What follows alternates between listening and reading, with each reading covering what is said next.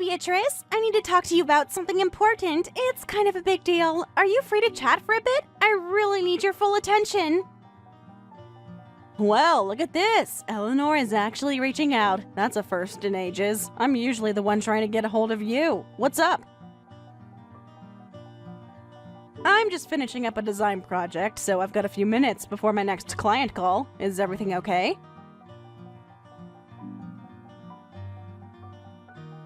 It is serious, Beatrice. Extremely serious. Actually, it's about me possibly moving back home. I've been thinking about it a lot lately, and it feels like the right decision for me right now. It's a huge step, obviously, with a lot of implications for everyone. I've gone over all the pros and cons in my head, and I truly believe this is the best path forward. I'm talking about a permanent move. Huh? Moving back? As in, to Mom's house? Our childhood home? That's unexpected. Very unexpected. I mean, you've been living in San Diego for years now, haven't you? You built a whole life there. What does your husband say about this grand idea? I can't imagine him just picking up his life and moving across the country on a whim. And the kids? What about their schools, their friends? Charles and the kids, of course, would come with me. Did you even have to ask? We're a family, aren't we? We do things together. He's completely on board, actually. We've talked about it extensively, and he understands the importance of this. The kids are excited about a new adventure. They've always loved visiting Grandma, so they're looking forward to being closer. What about Charles's job? Doesn't he have a pretty demanding career there in finance, right? I remember him mentioning some big promotion last year. Is he just going to commute? That would be quite a trek. Or is he planning to find something new here in our little town? That might be a challenge, given the limited opportunities compared to a major city like San Diego.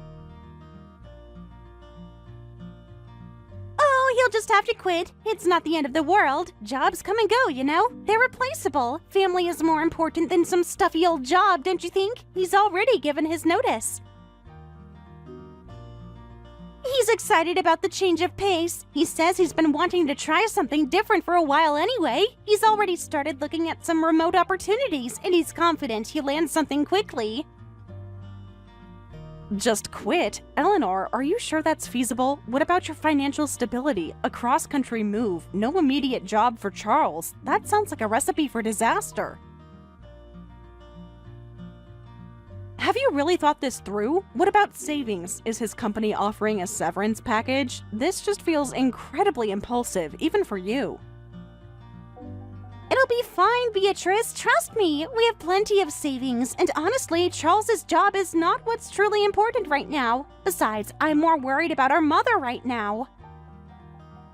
It's a daughter's instinct, I suppose. I need to be closer, to oversee things personally. I want to make sure she's truly taken care of.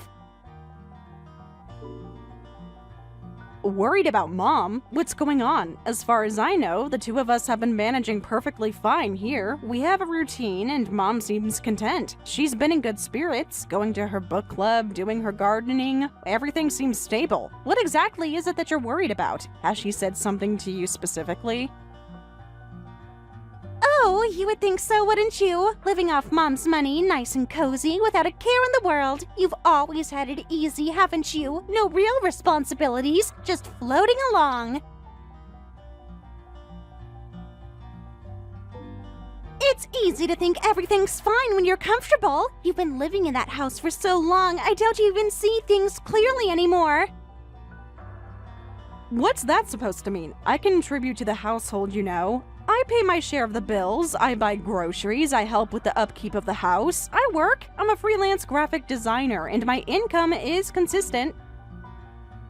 I've been helping Mom manage the house since Dad passed. What makes you think I'm just living off her? That's a really unfair accusation, Eleanor.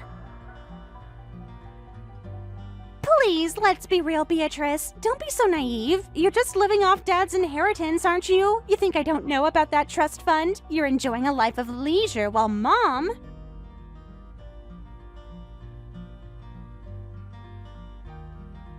Well, Mom deserves better than to have her resources slowly drained away. It's not just about what you contribute now, it's about the long-term impact on her financial security. That money was meant for her retirement, not for you to live a cozy life.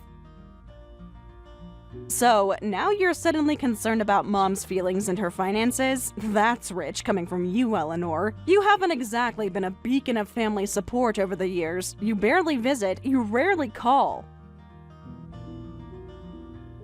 Look, Beatrice, I don't know what you're trying to imply, but I know Mom isn't truly happy with the current arrangement. She's putting on a brave face for you because that's just how Mom is. She wouldn't want to upset you, but I can read between the lines. I know her better than anyone. I'm her eldest daughter, after all. I have a deeper understanding of her needs, her unspoken desires. You don't know anything about our lives here, Eleanor. You haven't been a part of it for a long time. Mom is happy, and we get along just fine. We have our routines, our inside jokes, our quiet moments. You're the one who's been absent for years, living your glamorous life far away, only to parachute in now and make grand pronouncements. What makes you think you can suddenly just disrupt everything we've built here? That's where you're wrong, Beatrice. I'm not just parachuting in. I've been observing. I know more than you think. Mom has told me everything, every little detail about her frustrations, her unspoken wishes. You'd be surprised how much information you can gather when you actually engage with someone. Truly listen to their subtle cues, even from a distance. You've been talking to Mom? About me? I didn't realize you two were suddenly so close. I mean, we've had our disagreements, sure, but she usually keeps things between us. Unlike some people, I actually care about Mom's well-being and her happiness. It's what older sisters do, Beatrice. We look out for our younger siblings, even if they don't appreciate it. That's a low blow, Eleanor. You were never around much, especially after Dad's funeral. You rushed off as soon as it was over, practically before his casket was even lowered into the ground. That's irrelevant right now. We're talking about Mom. Focus, Beatrice. Don't try to deflect by bringing up the past.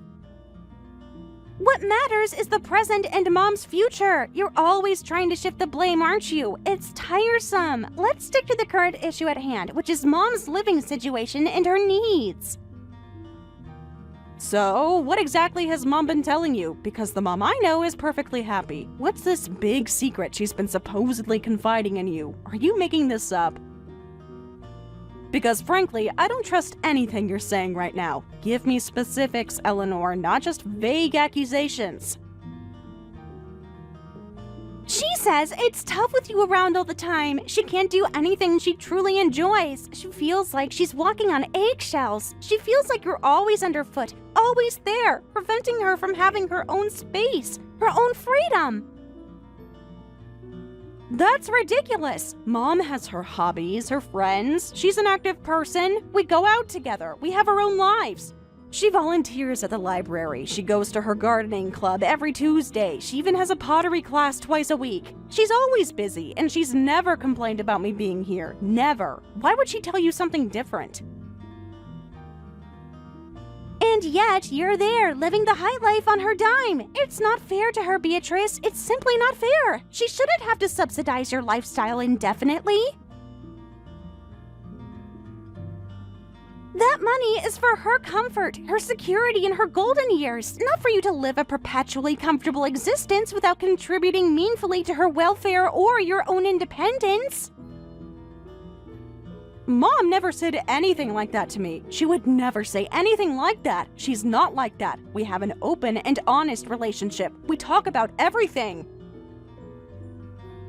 Well, she said it to me. She's probably just being polite to your face, Beatrice, because she's too kind, too considerate. She doesn't want to hurt your feelings. But to me, she can be honest.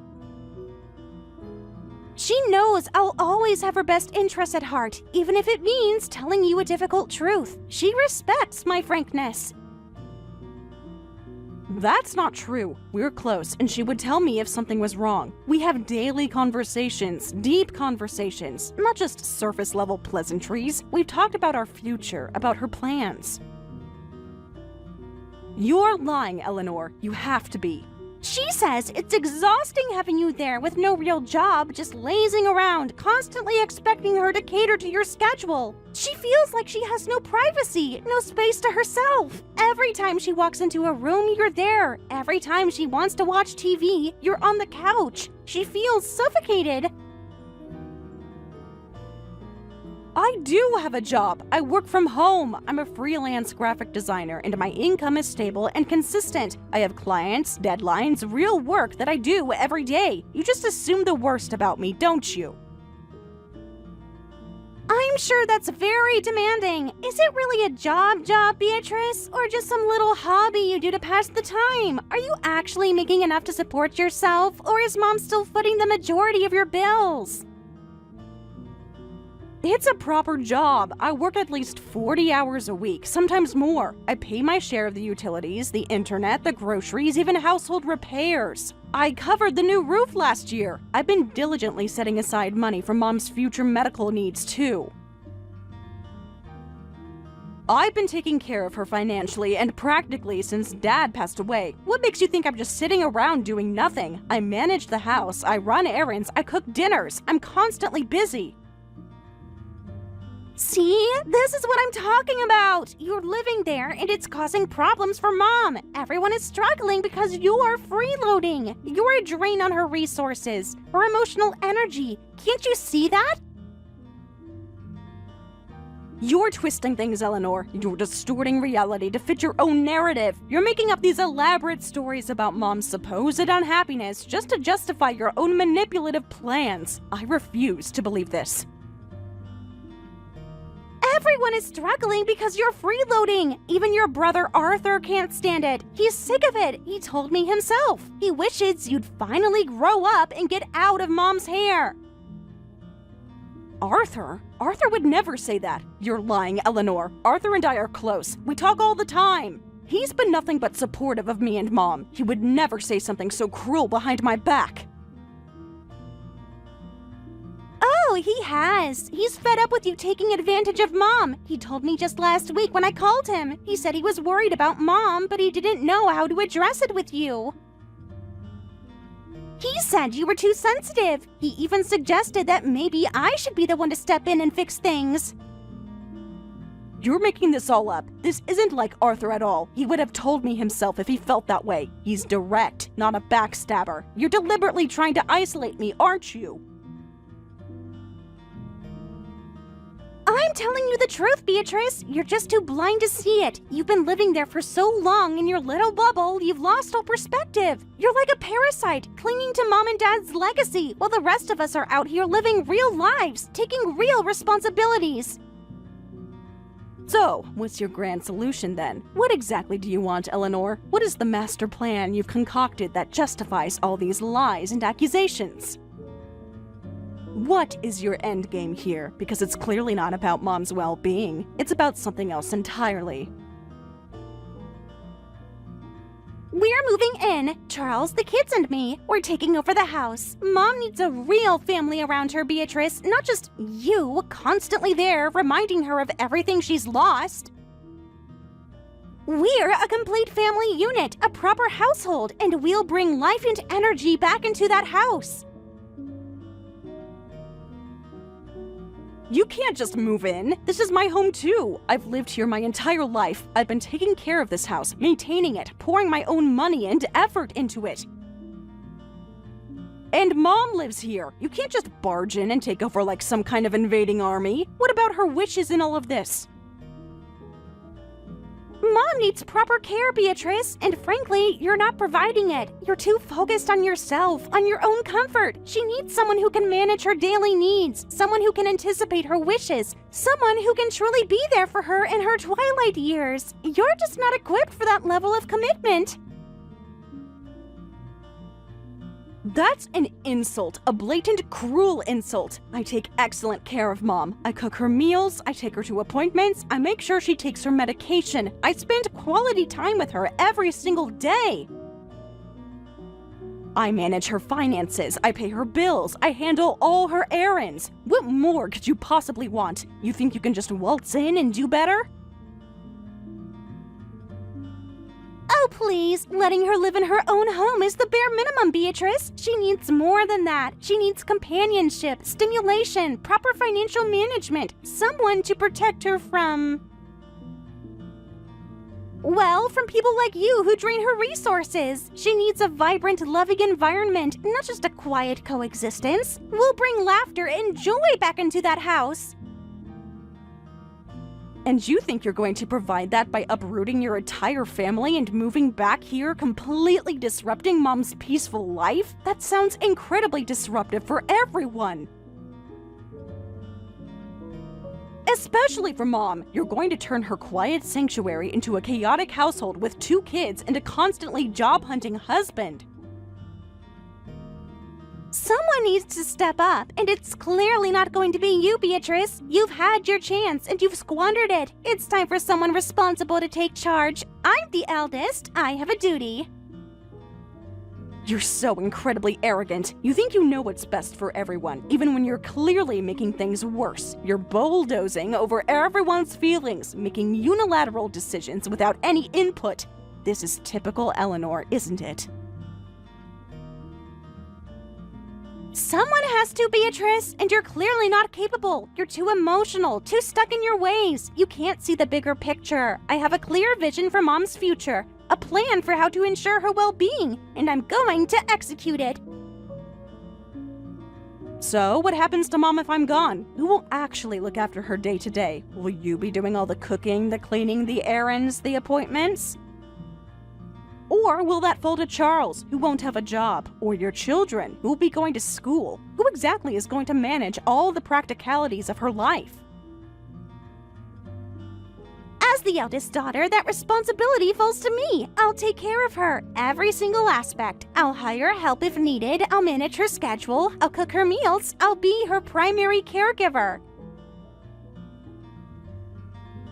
So, just like that, I'm supposed to just leave? After all this time, all the years I've dedicated to Mom, to this house, to keeping everything stable?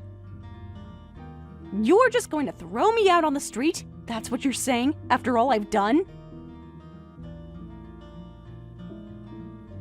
Yes, Beatrice, it's time for you to go. Your role in this house is over. It's time for you to start your own life, your own independent future. You're a grown woman. It's long overdue for you to stand on your own 2 feet. But where am I supposed to go? I can't just suddenly find a new place to live, a new life, in a week. You're giving me no time to prepare, no financial assistance, no support. That's not my problem, Beatrice. You should have thought of that sooner. You've had years to establish your independence, to save money, to plan for your future. You chose to cling to Mom in the house. These are the consequences of your choices. Now, start packing. We'll be there in a week. You can't just kick me out. This is my home, my childhood home. I grew up here. Every corner holds a memory. You're tearing our family apart. You're destroying everything sacred. Our family was already strained, Beatrice. Let's not pretend otherwise. The truth is, your presence here was creating a stagnant environment. This move is about revitalizing our family, making it stronger. It's a fresh start for everyone, especially Mom. Now I've got to go. We'll be there next week. Be gone by then. No excuses, no delays. Just pack your things and leave.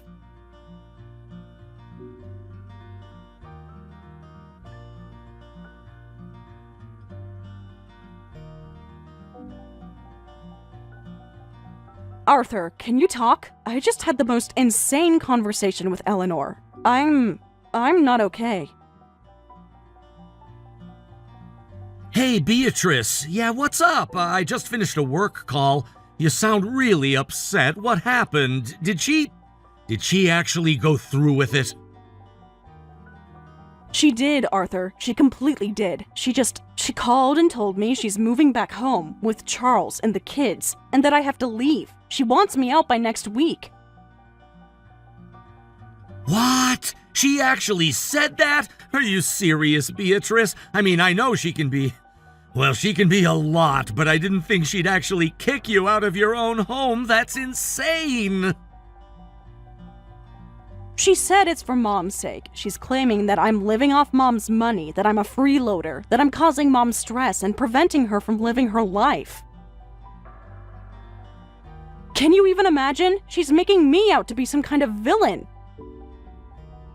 What? That's absolute rubbish. I told you that's completely backwards. You're the one who's been taking care of Mom diligently for years. You're the one who's been paying the bills, managing the house, being her constant companion. Mom loves you. She tells me all the time how grateful she is for you.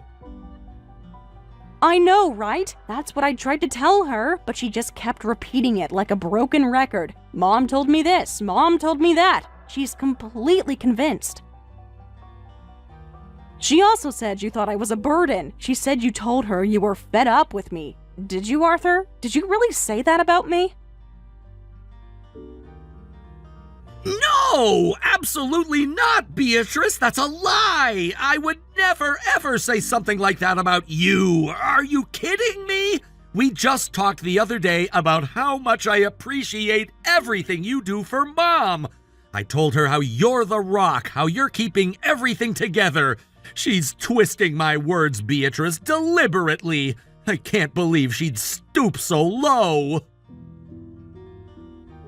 I don't know what to believe anymore, Arthur. She seemed so certain, so convinced. It threw me. It felt so real, you know? Like maybe everyone does secretly hate me, and I just didn't realize it. Listen, Beatrice, you know how Eleanor is. She's always been manipulative. She always tries to control situations to get her way. She's probably just trying to isolate you, to make you feel so bad you'll leave without a fight. Don't let her get to you. You are not a burden. You are a valuable member of this family. But she also said Mom has been complaining about me, that she wants her independence back, that she feels suffocated. Did Mom ever say anything like that to you? About that. Mom and I did talk about some things, not specifically about you, Beatrice, but... Well, she was a little upset after your argument. She mentioned feeling a bit constrained sometimes, and she was worried about you, about your future. She also mentioned missing Dad a lot and how she felt a bit stuck in the past. Oh no.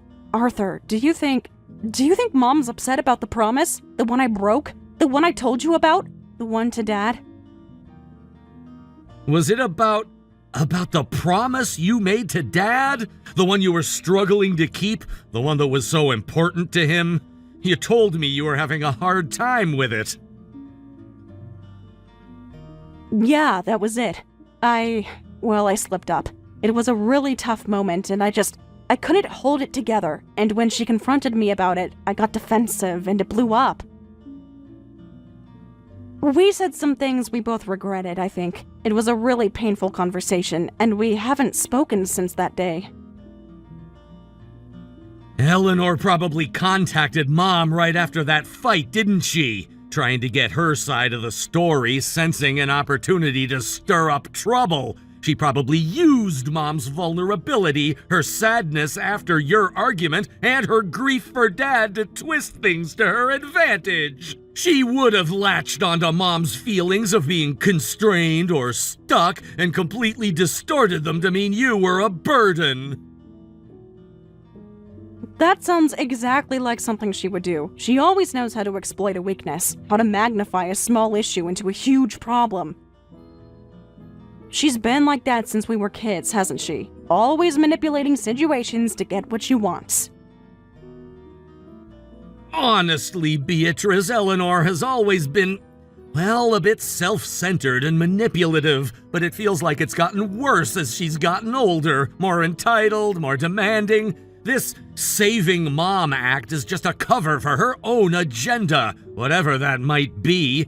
It makes me sick. I'm truly sorry you're dealing with this. You noticed it too, huh? It's not just me. I keep thinking maybe I'm overreacting, maybe I'm the problem, but hearing you say it, it helps. It makes me feel so disappointed in her.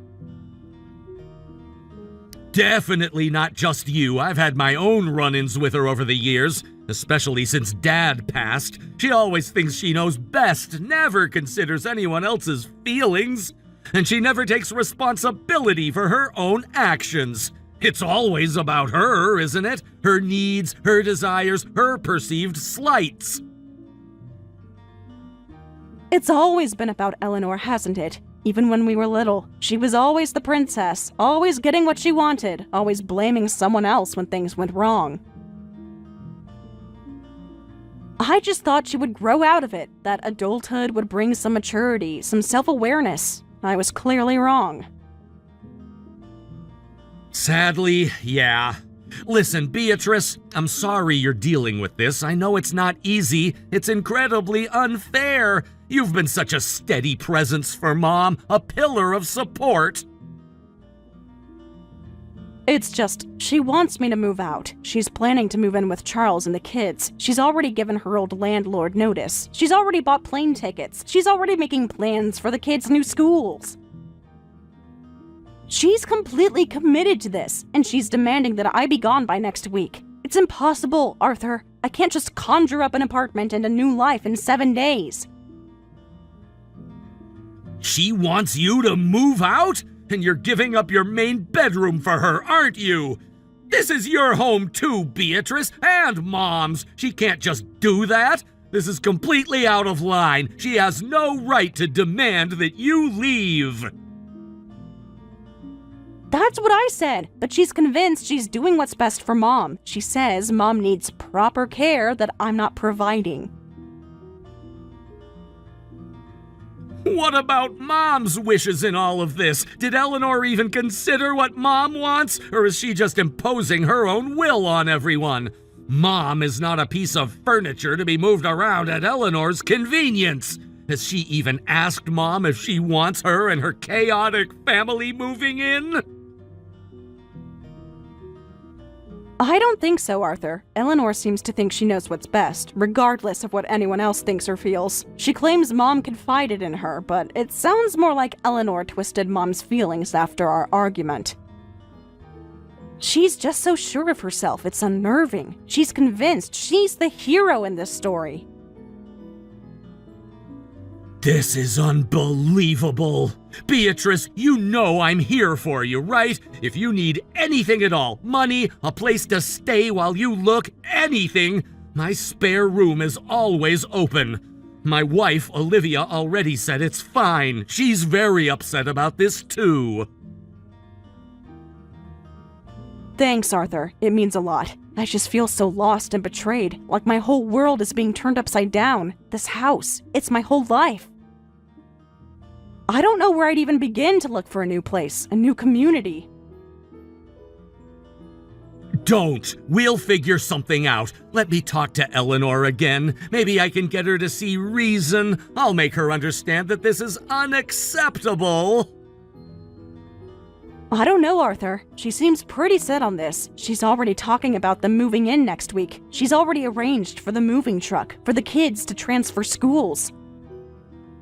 She's made a full-blown plan without consulting anyone. She's even made a detailed itinerary for their arrival. Next week? That's so soon! She's not giving you any time to prepare. That's typical Eleanor. Always rushing, always demanding immediate action. She's always been impatient and inconsiderate. This is just another example of her complete disregard for others. Nope, she was pretty clear about me needing to be gone by then. She said, "Don't make this more difficult than it already is." She even hinted at legal action if I refused. It felt like a threat, Arthur. A very real threat.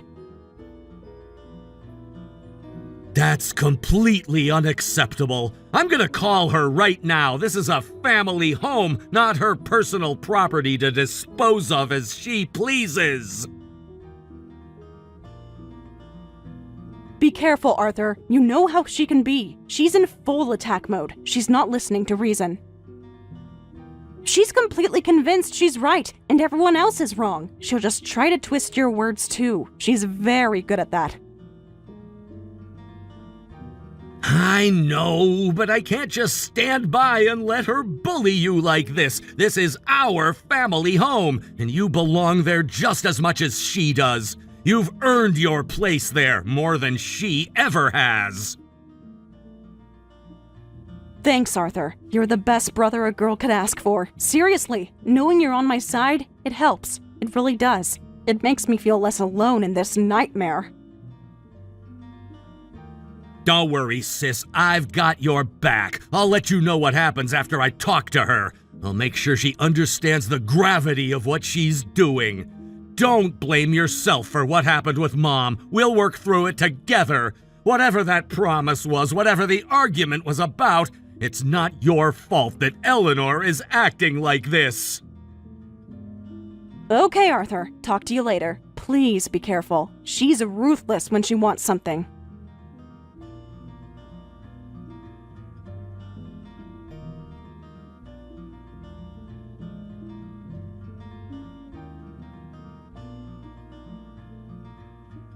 Well, Beatrice, are you packed yet? Time's ticking. We're on our way. Our flight lands in a few hours, and then we'll be heading straight to the house. The moving truck is already there, unloading our belongings. We're ready to start our new life. Is everything cleared out of your room? Are you really going through with this, Eleanor? Really kicking your own sister out of the home she's lived in her entire life?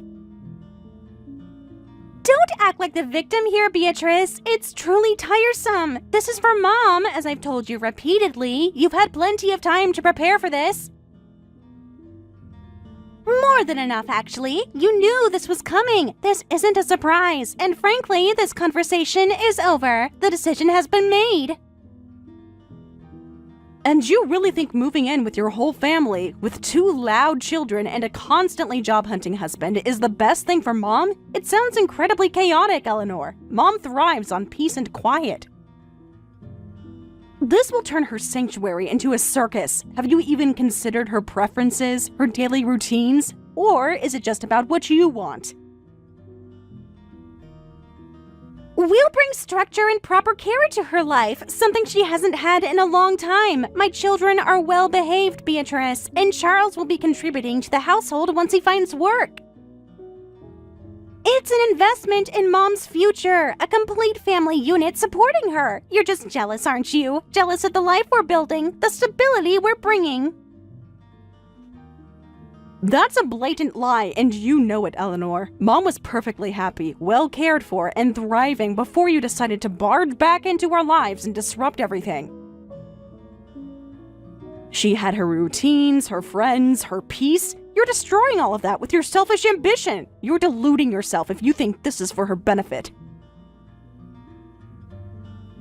Happy with you lazing around, contributing nothing but drama? I don't think so, Beatrice. Mom deserves better than to have her resources drained by your endless freeloading. I contribute, financially and emotionally. I've spent years taking care of this house, taking care of Mom, paying for everything she needs. I even paid for that new roof last year, remember? My freelance work brings in steady income. You have no idea what my life here is like, what sacrifices I've made. You just see what you want to see. Oh, I have a pretty good idea, Beatrice. A very clear picture. Now, where are you planning to go? Did you even look for a new place to live? Did you secure an apartment? It's not that easy to just find a new home in a week, Eleanor, especially when you're being forced out without any warning, without any financial help. This is a rush job, and it's incredibly stressful. I've managed to find a tiny, dingy apartment, but it's all I can get on such short notice. It's nowhere near as comfortable as the home I've always known. Not my problem, Beatrice. You should have thought of that sooner. You've had years to establish your independence, to save money, to plan for your future. You chose to cling to Mom in the house. You're unbelievable. You have absolutely no empathy, Eleanor. No compassion. You're just a bulldozer, crushing everyone in your path to get what you want. Spare me the dramatics, Beatrice. I'm not here for your emotional theatrics. This is what needs to happen. It's a necessary evil. Sometimes you have to make tough decisions for the greater good, and in this case, the greater good is Mom's long-term happiness and security. And what about Mom's feelings, Eleanor? Did you even bother to ask her if she wants this? Did you sit down with her calmly and discuss her preferences? She'll adjust. She'll be better off with her grandchildren around. With the life and energy we'll bring into the house, she'll adapt, as everyone does.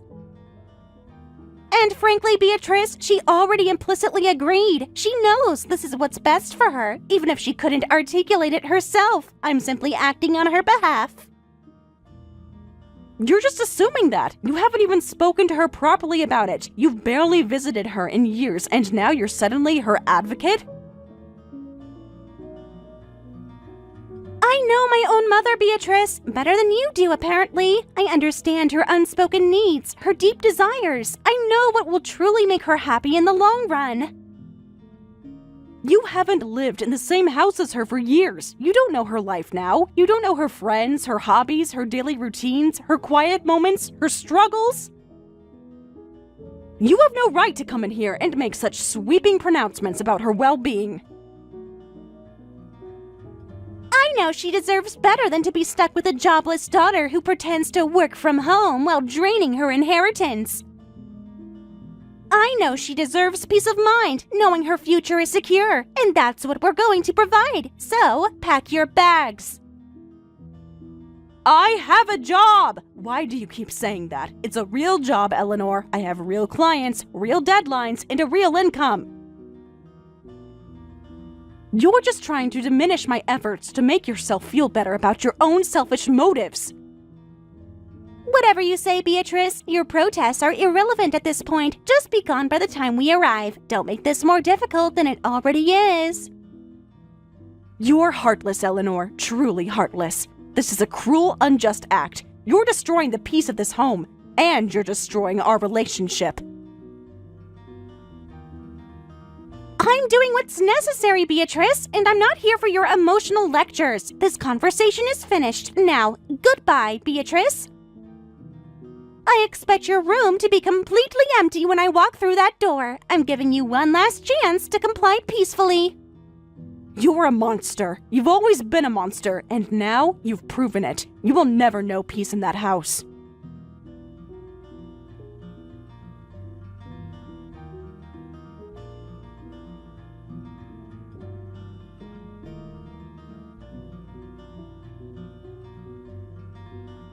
Beatrice, I need to talk to you. It's really bad here. Is living in your childhood home with your mother and sister cramping your style? Is your dream family life not quite as idyllic as you imagined?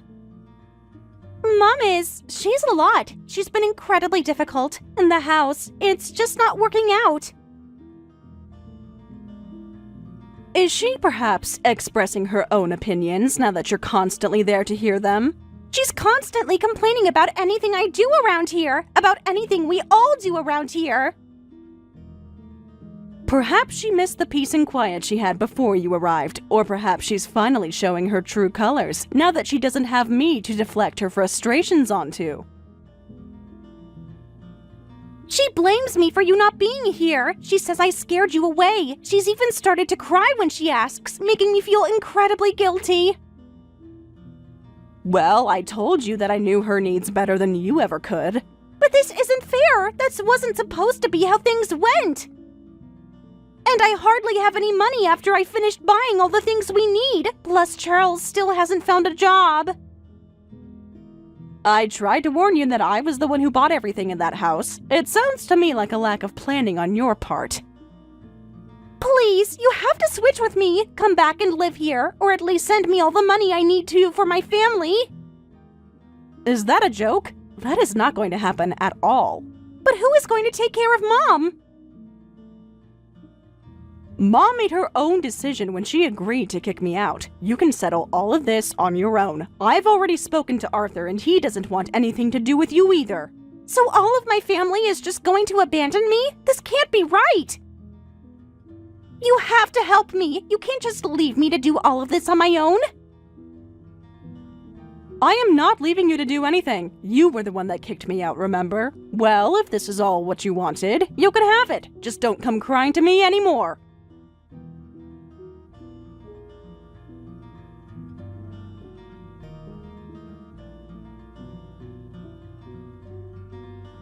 After that, I heard through the grapevine that, in the end, Eleanor and my mom realized that they would have to sell the house and downsize by a lot. They ended up moving into a crummy little apartment in the city because it was the only place where Charles was able to find work, and the kids were able to go to school. Eleanor thought she would have the perfect life back at home, but instead, she ruined her life, her family's life, and our mom's life. As for me, I was just so glad to have freedom and independence for the first time in so long. I was able to do so many things that I had never done before. I traveled to different countries, tried new foods, and even found time to try bungee jumping. I do feel bad for how things ended with my mom and sister, but I realized that I was always putting their needs before my own and not realize how disrespectful they were being of me. It wasn't until I was out of the house that I could see reality for how it really was. I really do hope they all manage to get along with each other and be happy, but that is going to be a process I am not a part of. Thank you for watching! If you liked this video, please give it a thumbs up and don't forget to subscribe to see more content like this.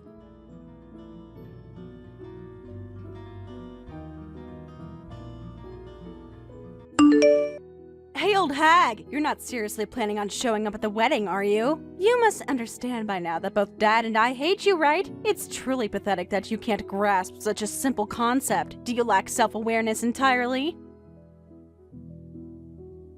It's utterly transparent how unwanted you are, yet you persist in hovering like a persistent, unwelcome shadow. Honestly, your presence would be an insult, a stain on what's supposed to be a joyous occasion.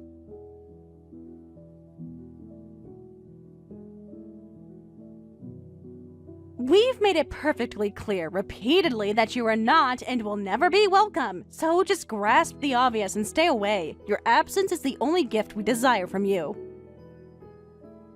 Lucy, that's enough! Stop this immediately! Your attitude is incredibly childish.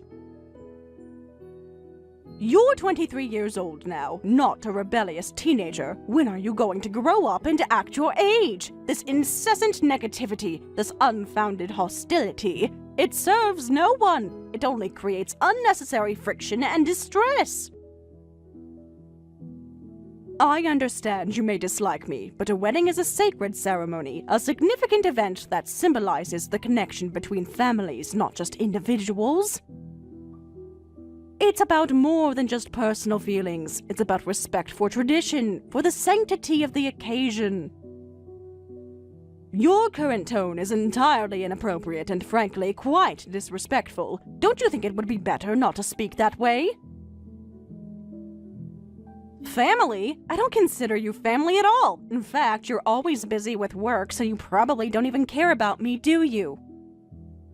You're obsessed with that old inn, constantly working, sacrificing everything. But what's the point of all that effort when, in the end, it's just Dad's inn? It's his legacy, his name on the deed, his ultimate possession. Your relentless toil seems utterly futile in that context. It's like you're constantly running on a treadmill, expending energy, but never actually moving forward in any meaningful way that benefits me or Dad. All your sacrifices, all your endless hours, they just serve to prop up something that isn't even truly yours to begin with. It's pathetic, honestly. You slave away, and for what? For someone else's glory? It makes no sense to me. Your priorities are completely skewed. You might think you're indispensable, but the truth is, you're merely a cog in a machine that Dad built and controls. It's precisely because your father isn't putting in the effort that I am, Lucy. Someone has to keep this business afloat to ensure our future, and clearly he's not up to the task. I thought you would have understood that by now, but it seems you still have no idea what's really going on. I've been tirelessly working, not for myself, but for the stability of this family, for the very roof over your head. Your father has grown complacent, content to let things stagnate while I pour my heart and soul into maintaining what our ancestors built. This isn't just Dad's inn, it's a legacy, a responsibility that someone has to uphold with diligence and foresight, and when your father chooses to shirk that duty, it falls to me. But I suppose you'll come to understand it eventually. The truth has a way of revealing itself, doesn't it? Perhaps when you face the harsh realities of life, you'll see the full picture. What are you even talking about? You're the one who doesn't understand, aren't you? I know all about it. Your true colors. Don't try to deny it. I'm not blind. I've seen enough to piece it all together. What are you referring to, true colors? What nonsense are you spouting now?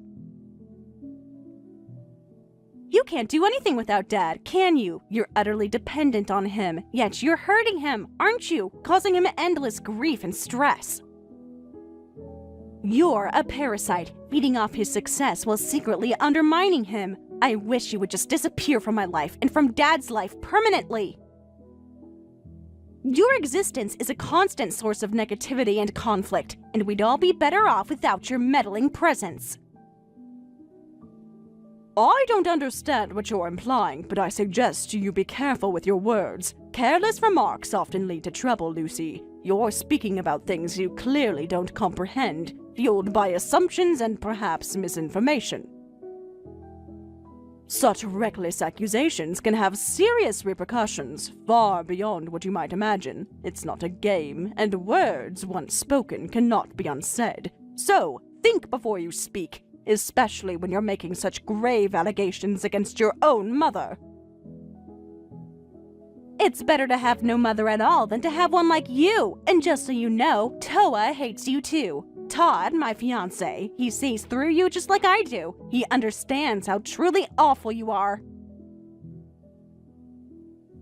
He agrees with me on this completely. You're an embarrassment to our family, and he wants nothing to do with you. So don't even think for a second that you have any allies left. You're completely alone in this. Todd? You mean your fiancé? How could he possibly hate me, as you so crudely put it?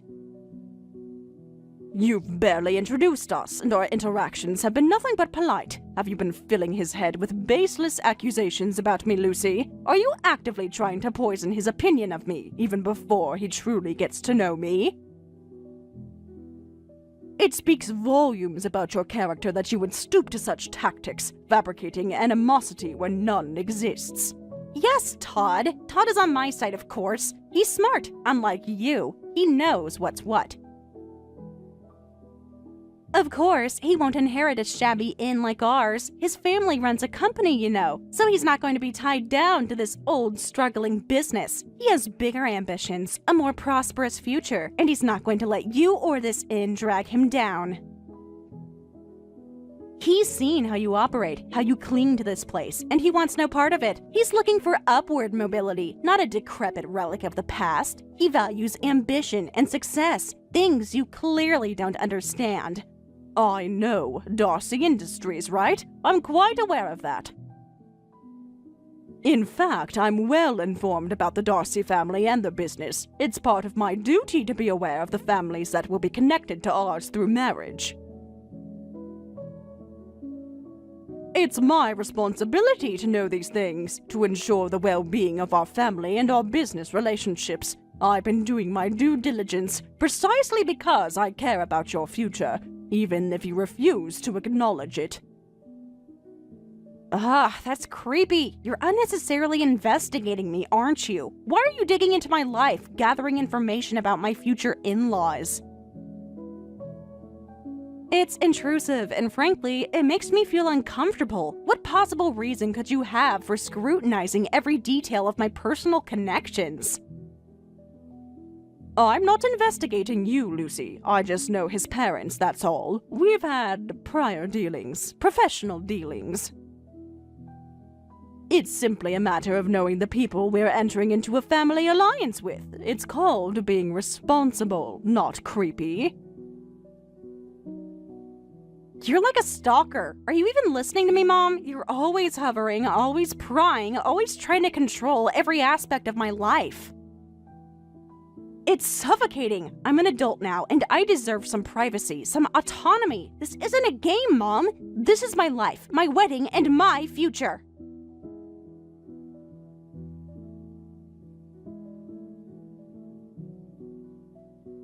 Lucy, you need to stop this. I've always done what was necessary for you, even though you disliked me. I've supported you, provided for you, and sacrificed for you, despite your constant animosity.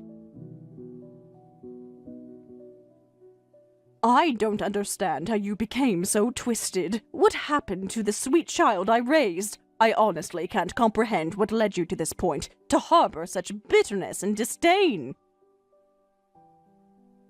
Don't you think we should try to mend our relationship, especially with your marriage approaching? This is a new chapter, an opportunity for a fresh start, for healing old wounds. Wouldn't that be best for everyone in the family, for all of us to move forward with a semblance of peace and understanding? Just stay away from the wedding, all right? I don't consider you family, so think about what you're saying a little. You're not welcome, plain and simple. Your presence would ruin everything.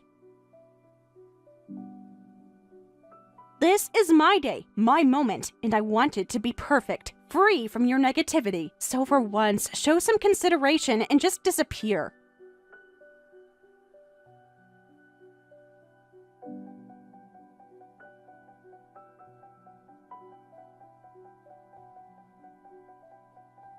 Brent, about Lucy's wedding, I was thinking we should attend together as a couple, you know, for appearances, for our daughter. When you come home that day, at least for that one day, wouldn't it be better if we attended together? It would present a united front, a picture of a cohesive family. It's about projecting an image of stability and happiness, even if it's just for show. Don't you think that's the least we can do for her on such a significant day? Ha! Of course I'm going by myself. Do you think I'd do something so embarrassing as to stand next to you and attend? The very thought is absurd. It would be a public humiliation, a stark reminder of our strained relationship. My reputation, my standing, everything would be compromised if I were to be seen walking beside you. We're husband and wife, you know that, right? Or have you forgotten the vows we exchanged, the commitment we made? The world knows we're married, and for you to attend separately would raise questions, invite whispers. But my pride won't allow it. I can't walk side by side with a woman like you. It's impossible. The mere thought fills me with dread, with a sense of utter mortification. It would be a public confession of my regrets, my failures, and I refuse to expose myself to that kind of scrutiny, that kind of judgment. My reputation is paramount, and being seen with you would tarnish it irrevocably. That's too much. That's simply too cruel. You barely come home these days, do you? And you've been neglecting your work, just going wherever you please. You've been gallivanting around, spending our family's assets, haven't you? Please stop squandering our wealth. It's a disgrace. You're living a life of leisure, indulging your whims, while I'm here trying to manage everything, trying to keep our family afloat. Where are you even going when you're not here? What are you doing with all that money?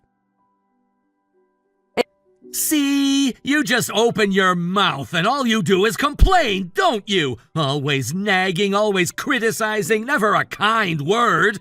If you want to complain so much, just talk to yourself. You're a lonely old hag, hated by me, by our daughter, and by our daughter's husband. Your constant negativity, your endless grievances, they push everyone away. So don't expect sympathy or understanding from me. You've brought this upon yourself. If that's what you truly believe, then I understand. I have my own plans now. I'll see you at the wedding. And trust me, you won't like what you see. You've pushed me to this point, Brent, and now you'll face the consequences of your actions.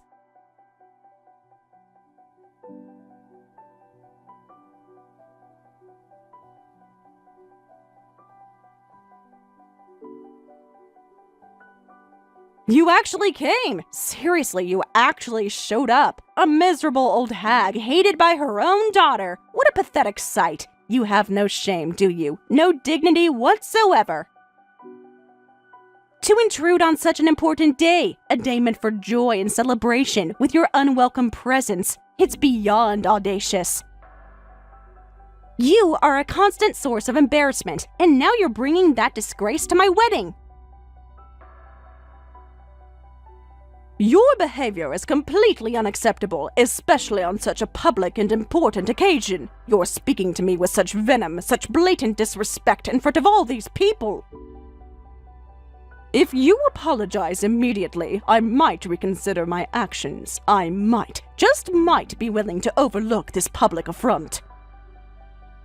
But my patience is wearing thin, and I'm warning you, there are consequences to such brazen disrespect. This is your last chance to rectify your insolence. Apologize? Why should I apologize? You just crashed the wedding uninvited, didn't you? I didn't invite you, so it's your fault for showing up. You're the one who is out of line, disrupting my special day with your unwanted presence. I made it clear you weren't welcome, yet you disregarded my wishes completely. Your audacity is truly astounding. Why would I ever apologize to someone who shows such disregard for my boundaries? So, you're not going to apologize, are you? You're truly saying you want me to leave, aren't you? You're completely dismissing me, pushing me away even now. You understand what you're asking for, don't you? The final severing of all ties. Both he and Dad and I all hate you, so we ignored you. How does it feel to be ignored by everyone at your daughter's wedding? It must be quite miserable, wouldn't you say, to be so utterly cast aside, to be treated as if you don't even exist. It's what you deserve, really. You've earned this isolation. I'm going home now. Yay! Now Dad and I are free. Just disappear quickly and never show your face in front of us again. You've served your purpose, which was apparently to be an obstacle, and now you're no longer needed. Don't ever darken our doorstep again. Your presence is a curse, and your absence will be a blessing, so good riddance. Are you really sure about this? You won't regret it. This is a final decision, a point of no return.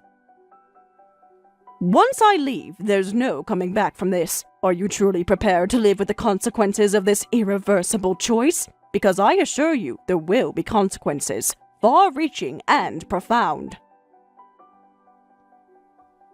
Huh? You're being persistent. This is my wedding, you know. If you keep interfering, I'll call security. I'm serious. Don't push me, old hag.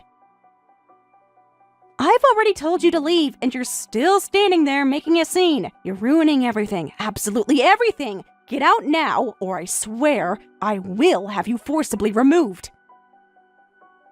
That means you don't want to be family with me, doesn't it? You've made your intentions perfectly clear. Fine, I've reached my limit as well. If you end up regretting this, it'll be your own responsibility.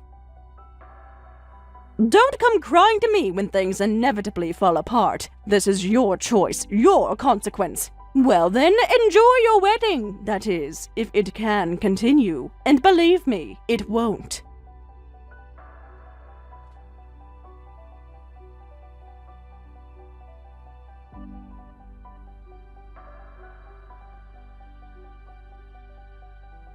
What are you doing? Where are you? You need to answer your phone. I'm in a bind. What's going on?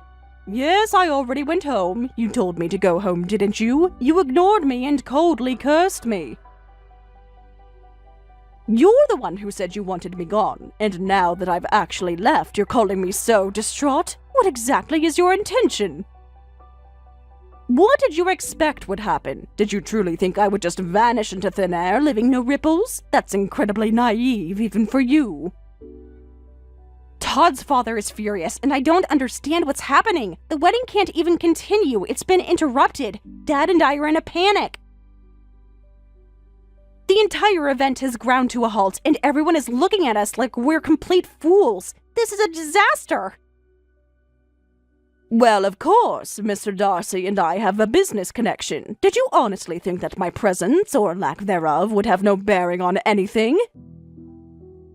You seem to forget that the world extends beyond your immediate desires. Business relationships are built on trust and respect, something you seem to know nothing about. What? Business? What kind of business? What are you even talking about? You've never mentioned any business with the Darcys before. You're always so secretive, always holding back information, always manipulating things from behind the scenes. Just tell me straight, what is going on? All right, I'll ask you this, just in case. Why did you and your father ignore me today? I'm giving you an opportunity to explain yourselves, to offer some justification for your incredibly rude and baffling behavior. Don't think for a second that I'm oblivious to what transpired. I merely seek to understand the motivation behind it, if there is any rational one. You know the answer to that better than anyone, don't you? It's your fault, Mom. You're the reason. You were cheating, weren't you? That's why Dad was tired of your behavior and wanted to introduce us to a new partner. That's why we decided not to invite you to the wedding. He said you were constantly stepping out, pursuing your own selfish desires, neglecting your responsibilities to us. He painted a picture of a wife who had grown distant, disloyal, and unfaithful. He told me he was tired of your constant betrayals, your secret life, your disregard for our family unit. He said he found someone new, someone who would truly appreciate him, who would bring joy and stability back into our lives.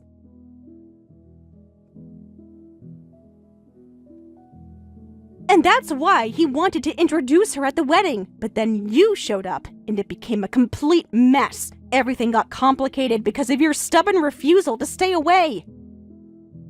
Is that so? So you were dancing to his lies, weren't you? You truly believed every fabricated word that spewed from his manipulative mouth, didn't you? Lies? What lies? What are you talking about? Dad would never lie to me. He's my father. I'll tell you clearly, he was the one who was cheating. Your father, your beloved, honest father, was the one engaged in infidelity. And the new partner he wanted to introduce? That's his mistress.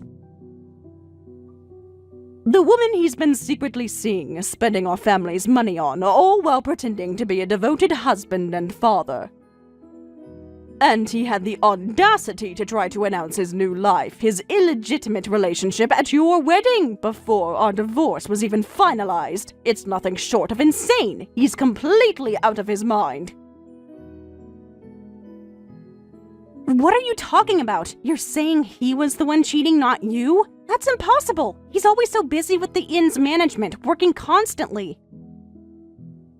He's a workaholic, Mom. He dedicates every waking hour to that old building. There's no space in his life for anything else, let alone a secret affair. Where would I find the time? I think it's more likely that your father, who has too much free time on his hands and is always out playing around, is the one who has the time for such things. He's the one with the leisure, the disposable income, and the inclination to engage in such reckless behavior. So, who do you think is more likely to be involved in a clandestine affair? The one diligently working or the one constantly seeking amusement outside of our home? So, Dad was lying? He lied to me? To his own daughter? My perception of him, built on years of trust and admiration, is completely shattered. He manipulated your trust, your innocence, to create a smokescreen for his own deplorable actions. But now, I've decided to cut ties with both you and him. I'll be asking him to take his belongings and leave. And if you too end up divorcing your fiancé because of this, just know that you won't have a place to come back to either. Why would Dad have to leave? It's his inn, isn't it? His family business. No, on paper, he was supposed to inherit it, yes. But our inn has been passed down through my great-grandfather's generation. It's my family's legacy, not his. He contributed nothing to its actual management or growth, so it's only natural that Mr. Darcy was angry. He's a man of integrity and sharp business acumen, and seeing your disrespectful attitude at the wedding just now, he wouldn't want his son, who's supposed to inherit his company, to marry such an ill-mannered person, would he? He's witnessed your behavior firsthand, and it's a direct reflection of your character. His company's reputation, his son's future, would be jeopardized by an alliance with someone as unrefined and thoughtless as you. They're saying the wedding is canceled. What should I do? This is a nightmare. Everything is falling apart. My wedding, my future, my entire life is in ruins. What do you expect me to do? I can't do anything about it. You were the one who ignored me, cursed me, and kicked me out, remember? I told you you should take responsibility for your words, didn't I? I told you this would happen. I warned you, but you chose to disregard my words, to treat me with contempt. Goodbye, my former daughter.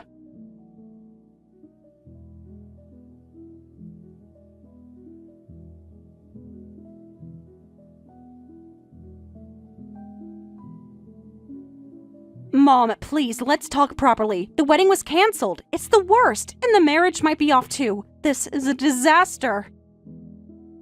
Mom, please, can't you talk to him? You know, Todd's father, don't you? Please, just tell him I didn't mean it, that it was all a misunderstanding.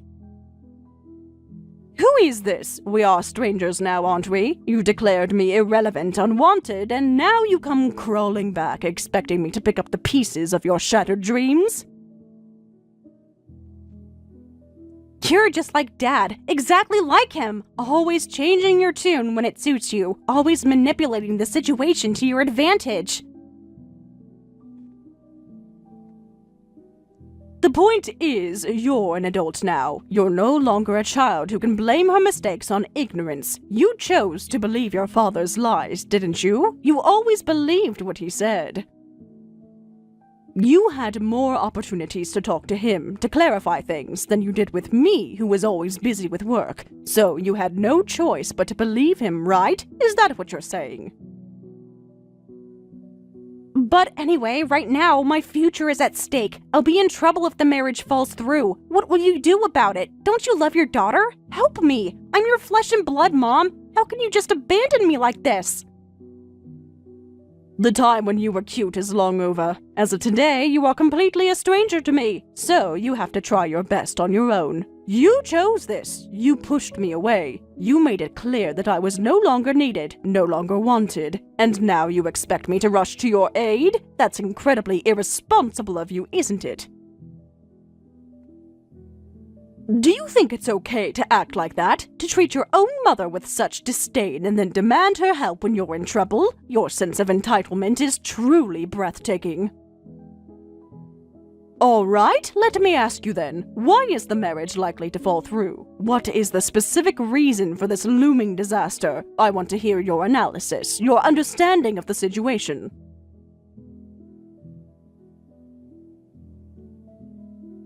Well, it's because you're saying you're cutting ties with me, Mom. That's why. It's your fault, all of it. And that's why Todd is being scolded by his parents. They're furious with him, and it's all because of your actions. Your stubborn refusal to act like a normal family member. And who was the cause of that? Think about it carefully. Wasn't it your father, the root cause of this entire mess? He set this chain of events in motion, and you willingly participated. So, the blame lies squarely with him, and with you for being so easily manipulated. It's not my fault, yet I'm being blamed.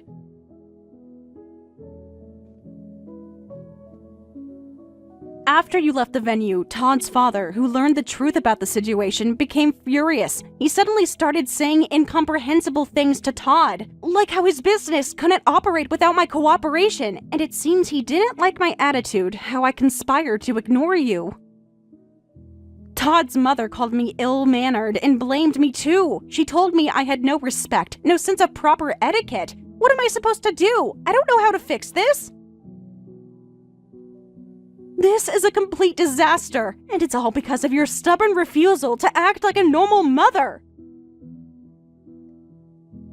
I think what his parents are saying is correct. You were indeed ill-mannered and your actions were deplorable. It's true that I was cooperating with Mr. Darcy's company.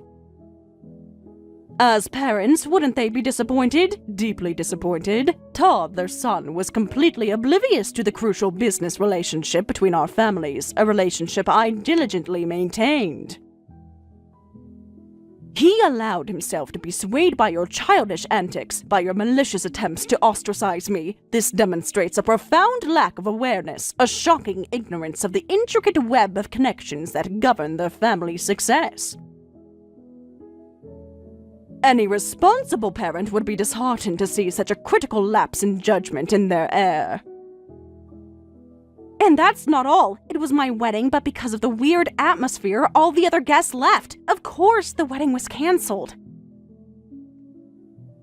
But because of that, Todd's parents are also furious with me. They're screaming at me, telling me I've ruined everything. This is all your fault, Mom. All of it. You caused this entire mess. That's just the natural outcome, isn't it? What did you expect when you created such a scene? But Todd didn't know, so it's not his fault, right? He was just caught in the crossfire. Even if Todd didn't know about my influence, for him to be swayed by your words and completely ignore me without understanding the situation, that's still incredibly irresponsible, wouldn't you say? Especially if he's going to inherit the company and become president in the future. I have doubts whether such an irresponsible person can handle it. Therefore, I've decided not to provide any further funding to Mr. Darcy's business. My financial support, which was crucial to their operations, will cease immediately. This is a direct consequence of your son's poor judgment and your family's lack of respect. He needs to learn that actions have consequences, and that a leader must be discerning and well-informed. This is a harsh lesson, perhaps, but a necessary one for his future. What? That's only going to make the situation worse, isn't it? My God, Mom, what are you thinking? You're going to destroy everything. My marriage, Todd's business, everything. How can you be so utterly heartless? You understand that, do you? Finally, you're starting to see things a little more clearly. It seems the severity of the situation is finally registering with you.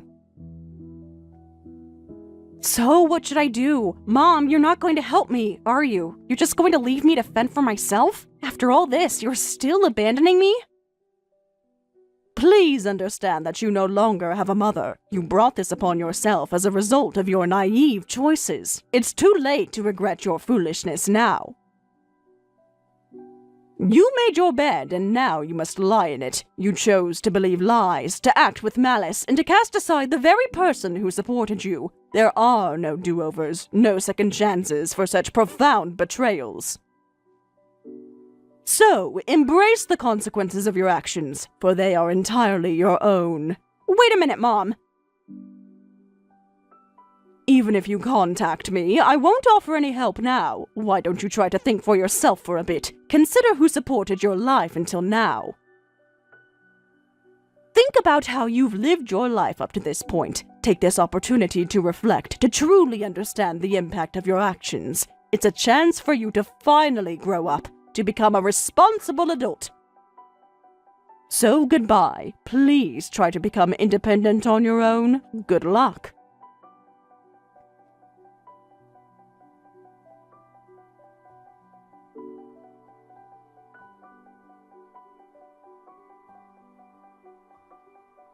Hey! What was that all about yesterday? I was humiliated at the wedding too, you know. What was your intention? And what do you mean I can't come home? This is my inn, isn't it? My property! Since when did you have that understanding? Since when did you believe this was solely your inn? It's astonishing, really, your warped perception of reality. What are you trying to say? Are you denying my ownership? What kind of nonsense is this? I've always been the head of this establishment, the patriarch. This inn has always been built by my family, passed down through generations. It's been in my lineage since the beginning, long before you entered the picture. So it's only natural for you to leave, isn't it? You're an outsider, a temporary guest who overstayed his welcome. You never truly understood the history, the legacy, the sacrifices that went into building this place. You simply reaped the benefits without contributing anything of substance. Do you honestly think you can kick me out? Are you truly delusional enough to believe you have that power? I am the husband, the man of the house. You can't just displace me.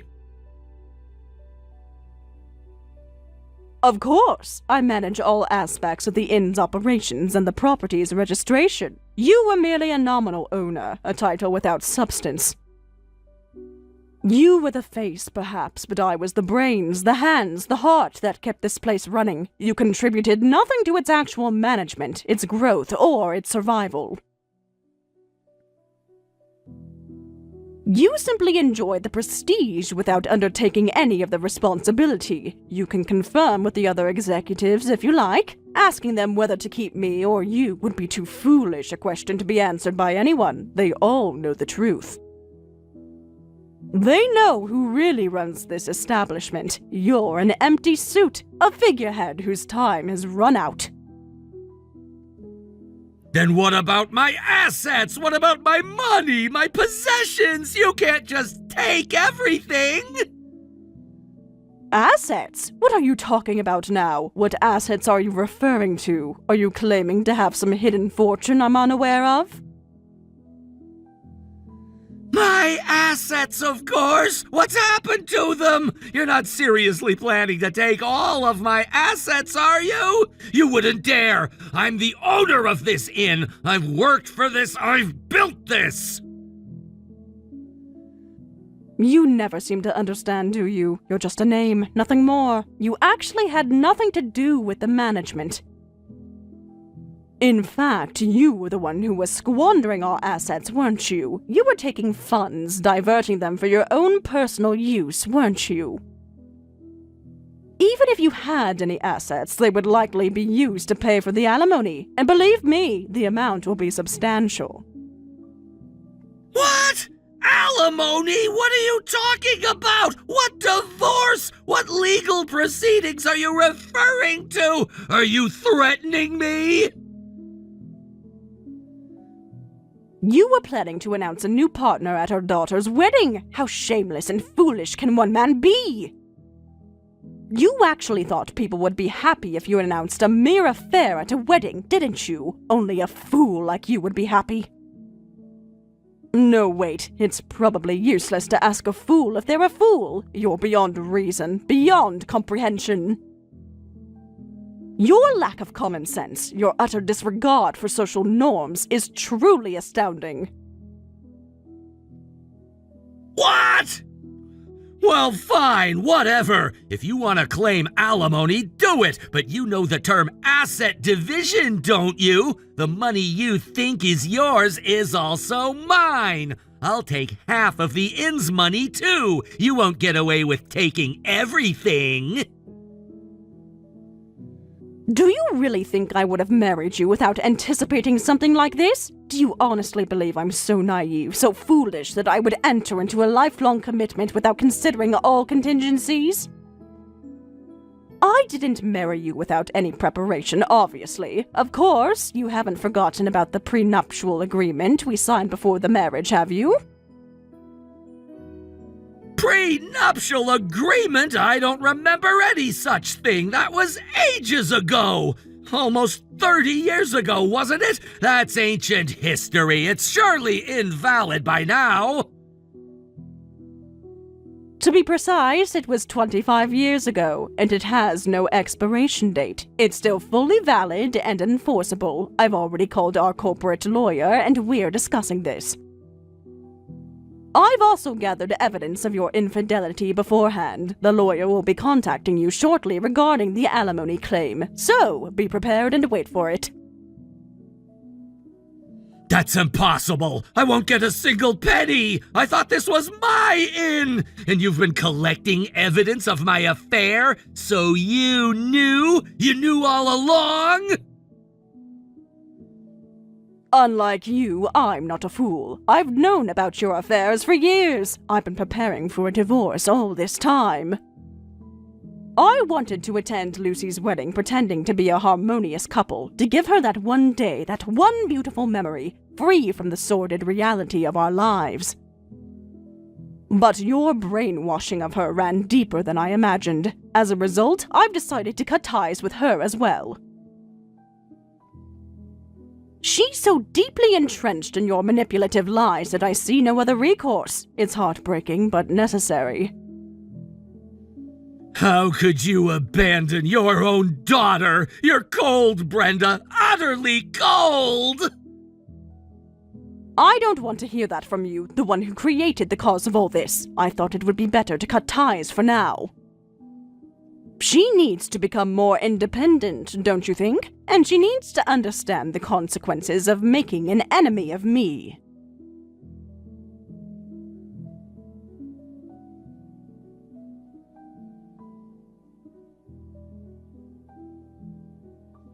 After that, I had finally rid myself of my troublesome family and was at last a free woman. I knew that some of these decisions would have to be made soon, but I didn't expect everything to come to a head all at once. Mr. Darcy reached out to me and told me he had asked Todd to step down as his successor in order to get back into my good graces. I told him that I would provide funding to his company on a provisional basis. All I can say now is that I am pleased to be free of my horrid family. I just hope that I can move on quickly and look forward to my new life as a free woman. As for my family, I just hope that they can one day learn to pull their heads out of their rear ends and take responsibility for their lives. Thank you for watching. If you liked this video, please give it a thumbs up and don't forget to subscribe to see more content like this.